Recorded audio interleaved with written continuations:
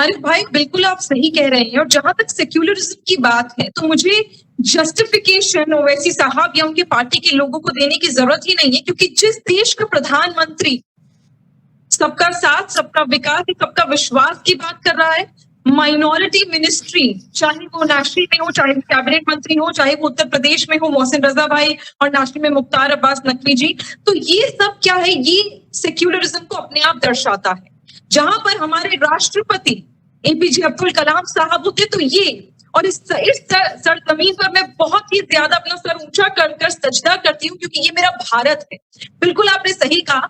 जो मैं कह रही थी शायद उस कॉन्टेक्स्ट में वो अलग बात थी, मैं ये कह रही थी कि अरविंद केजरीवाल जी को अगर ये बात और कांग्रेस के लोग ये कहते कि मुसलमानों को निकाल दिया जाता है, अगर मुसलमानों को निकाला होता और निकालने वाली बात होती सीए में, तो शायद मेरे को पाकिस्तान में होना चाहिए, तो मैं हिंदुस्तान में क्या कर रही हूँ। मैं इस सरजमीन पर सजदा करती हूँ, ये मेरे हिंदुस्तान की मिट्टी है, मैं इस पे बहुत, इससे ज्यादा मोहब्बत मुझे और किसी देश से हो ही नहीं सकती। और बिल्कुल आपने सही कहा कि पाकिस्तान में जितने लोग अनसेफ हैं उतने ही ज्यादा सेफ किसी और देश में नहीं, सिर्फ और सिर्फ हिंदुस्तान में मुसलमान है। पूरे विश्व की मैं बात करती हूँ और मैं चैलेंज देती हूँ, मैं पूरे कंट्री के लिए बोलती हूँ लोगों को, कि पूरे वर्ल्ड के लिए बोलती हूँ लोगों की, मेरे कंट्री में सबसे ज्यादा सेफ है मुसलमान, और हम लोग बहुत सुरक्षित महसूस करते हैं। अब ओवैसी साहब कहते हैं ना, पांचों उंगलियां बराबर नहीं होती। अब सेक्युलरिज्म की जब ये बात करते हैं और डींगे हाँकते हैं, तो मुझे बताइए ना, इनका सेक्युलरिज्म कहाँ चला जाता है जब इनके पार्टी के प्रोग्राम के मंच पर लोग चढ़कर कहते हैं कि पाकिस्तान जिंदाबाद, और हिंदुस्तान को वो क्या कहते हैं, माफ कीजिएगा वो शब्द मैं अपने मुंह से निकालना नहीं चाहती। आज इन्होंने ये कह दिया था, रंजनी जी आपको याद होगा, आरिफ भाई हो सकता है आपने भी देखा हो, कि इनके मंच पर चढ़ के ओवैसी साहब के बगल में एक बच्ची ने खड़े होकर क्या नारा लगाया था, पाकिस्तान के लिए और हिंदुस्तान के लिए। और इन्होंने कहा था कि ये प्लान्ड प्रोपोगेंडा था, न जाने कौन सी लड़की आ गई तो हम तो उसके खिलाफ कंप्लेन करेंगे। अरे मुझे बताइए ना, भारतीय जनता पार्टी के मंच पर किसी की भी हिम्मत है आकर पाकिस्तान जिंदाबाद का नारा लगा दे? तो आप ही के मंच पर क्यों इतनी हिम्मत हुई? तो ये सेक्युलरिज्म का ढोल जरूर पीटते हैं, पर सेक्युलरिज्म इनके बाप दादाओं ने, माफ कीजिएगा, कभी समझा ही नहीं।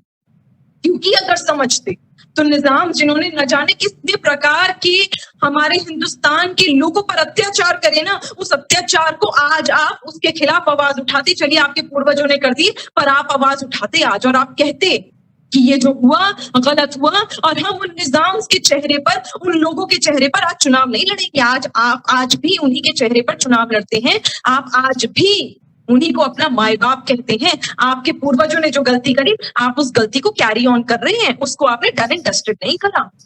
तो ये सेक्युलरिज्म की डींगे हाँकने से आप सेक्युलर नहीं बनते। आपने क्यों कह दिया कि मुसलमान ही होना चाहिए डिप्यूटी चीफ मिनिस्टर? आपने क्यों नहीं कह दिया कि एक स्टेट का सिख होना चाहिए, एक स्टेट का ईसाई होना चाहिए, एक स्टेट का जैन होना चाहिए, एक स्टेट का बौद्ध होना चाहिए और एक स्टेट का मुसलमान होना चाहिए? बोलिए ना, तब हम मानेंगे कि आप सेक्युलर हैं। लेकिन सारे प्रदेशों का मुसलमान होना चाहिए, मुझे समझ नहीं आता। आप कहें कि एक स्टेट का मुसलमान भी होना चाहिए, रिजर्वेशन मिलनी चाहिए क्रिश्चियंस को, सिख्स को, जैन को, बौद्ध को, मुस्लिम्स को। आप मानिए मैं ये प्रस्ताव रखते तो शायद लगता कि ये बिल्कुल सही प्रस्ताव है, पर जो आपने रखा ये सिर्फ और सिर्फ तानाशाही का प्रस्ताव था, और इसमें आप सिर्फ जनता को बरगलाना चाहते हैं, ये कहना चाहते हैं कि आप मुसलमानों के नुमाइंदा हैं, जबकि माफ कीजिएगा, मुसलमानों के नुमाइंदा बनने के लिए आपको न जाने अभी कितने पहाड़ चढ़ने पड़ेंगे। आप मुसलमानों का माँ भी नहीं जानते, आप उस अंश को समझते ही नहीं, क्योंकि अगर समझते तो हिंदुस्तान की सरजमीन पर सजदा कर इससे बेइंतहा मोहब्बत कर भारत माता की जय और वंदे मातरम कहते।